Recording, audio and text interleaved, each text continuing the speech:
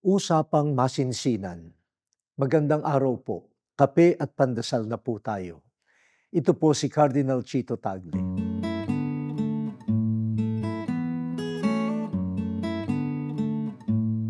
Kapansin-pansin sa paglaganap ng iba-ibang uri ng komunikasyon ang mabilis na palitan ng mga mensahe. Kaagad-agad ding kumakalat ang impormasyon. Umiikli ang text. Minsan nga wala nang salitang ginagamit kundi mga emoji. Huhulaan mo na lang ang iniisip ng sumagot sa iyo. Sumasang-ayon ba siya o sinasabi lang niyang natanggap niya ang text mo? Natutuwa ba siya o naiiyak? Pumapalakpak ba siya o sinasampal ka? Tumatahimik ba siya o ikaw ang pinatatahimik niya? Hindi mo alam kung kayo ay nag-uusap o naghuhulaan.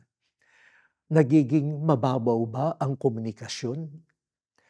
Huwag sanang mawala sa atin ang usapang matino at masinsinan. Huwag tayong masanay sa bulahan at lokohan. Huwag tayong tutulad sa mga bastos kung mangusap. Ang usapan ay sa pagitan ng tao at ng kanyang kapwa at dapat marangal at maaasahan. Lalo na kung Diyos ang ating kausap. Dapat tapat at masinsinan ang ating intensyon. Maging tunay na tao, tapat sa kanyang salita. O Diyos, maging matapat at masinsinan ang aming ugnayan sa iyo at sa kapwa. Amen.